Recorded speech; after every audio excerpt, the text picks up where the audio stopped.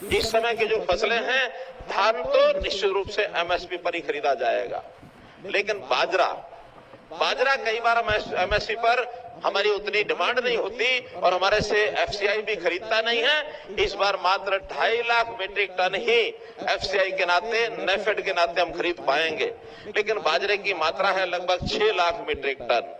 तो हमने विचार किया है कि पिछले 25 तारीख से 25 सितंबर से बाजार में हैफेड जो है वो बाजरे की खरीद कर रहा है। हैफेड ने 2200 रुपए खरीद अपनी शुरू की है। तो जिन लोगों से 2200 रुपया खरीदी है, उन सबको जो नहीं बेचेंगे उनको भी सबको एवरेज जैसे पिछली बार दिया था, उनको तो 300 रुपया प्रति क्विंटल 2500 पूरा करने के लिए भावांतर रुपये दिया जाएगा। और अगर 25 के बाद हैफेड अथवा बाजार में और रेट पर जे फार्म 2200 से ज्यादा का है, तो फिर 2500 रुपया और जिस भाव में बिक्री हुई है वो जो गैप होगा वो भावांतर भरपाई में दिया जाएगा। अर्थात किसान को पूरा 2500 रुपया ही मिलेगा 25 तारीख के बाद का जो बाजरा खरीदा गया है उस पर।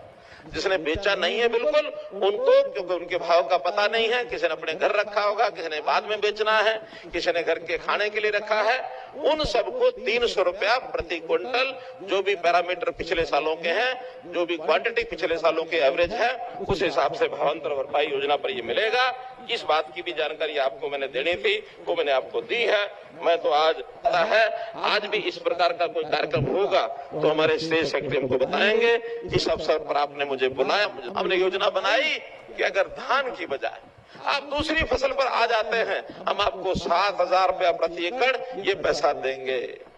आपको कोई डर ना लगे कि कहीं फसल कम ना हो जाए।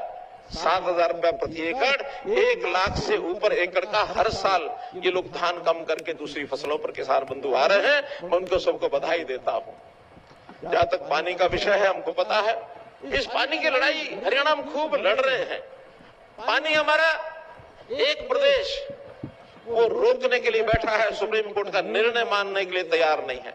हमने अपने वेतनों से सुप्रीम कोर्ट को अपनी लड़ाई लड़ करके और ये निर्णय दिलवाया, और मैं बधाई देता हूं, सुप्रीम कोर्ट का धन्यवाद करता हूं कि हमारी उस मांग के ऊपर सुप्रीम कोर्ट ने मोहर लगा दी है कि एसवाइएल नहर बनेगी, एसवाइएल नहर बनेगी।